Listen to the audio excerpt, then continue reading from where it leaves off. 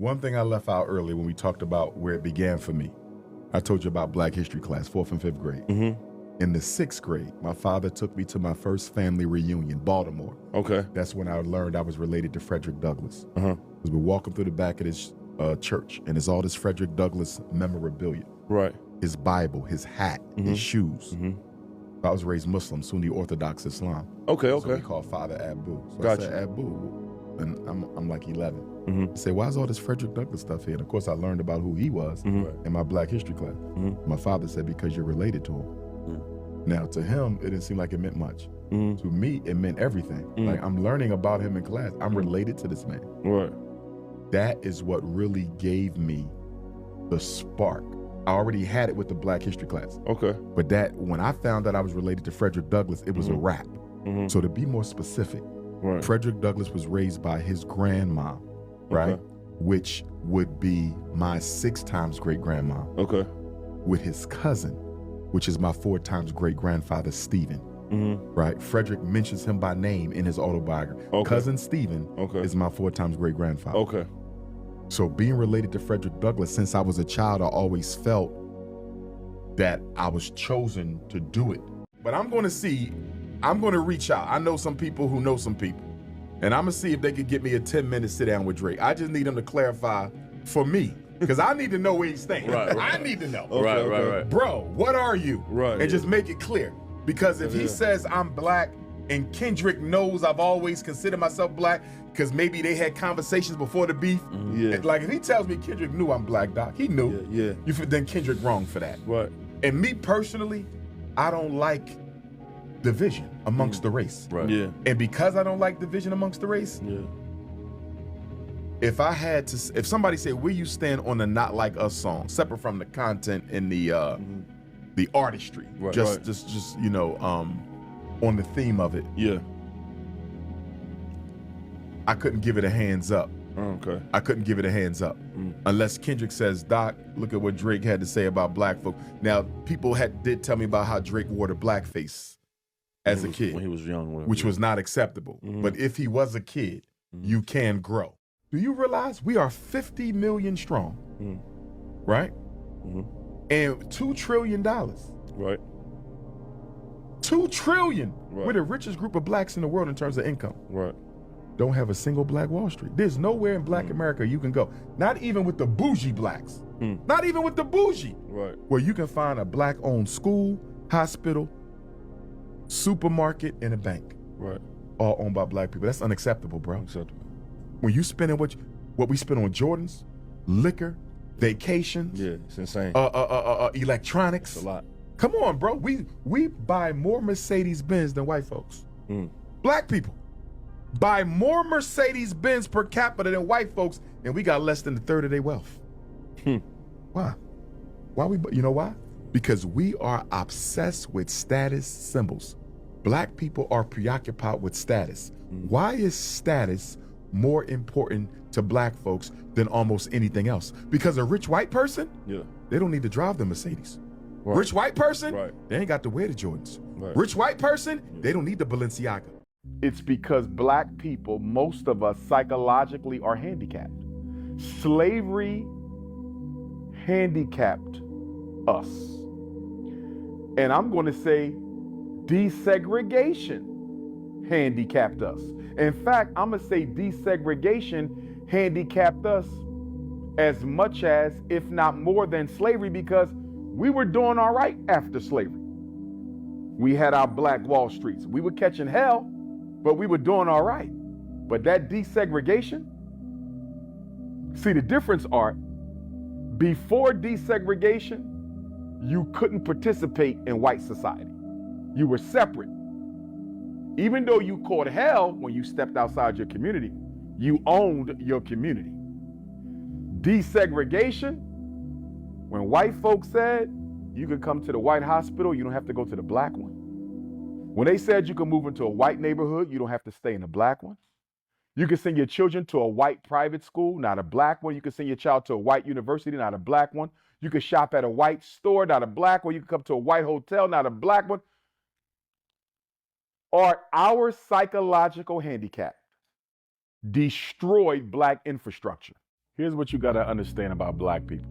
And you can't really properly understand any challenge we have as a group without understanding this psychological unmet need from our American history. It permeates and violates everything positive and progressive that we try to do. Most African people are in pursuit of white validation, white imitation, and white proximation. And what that means is we want to be near white people all the time. We want to be approved and validated by white people all the time. And we want to copy and imitate white people all the time. Validation, imitation, and proximation. And that is why, Art, we can always be infiltrated.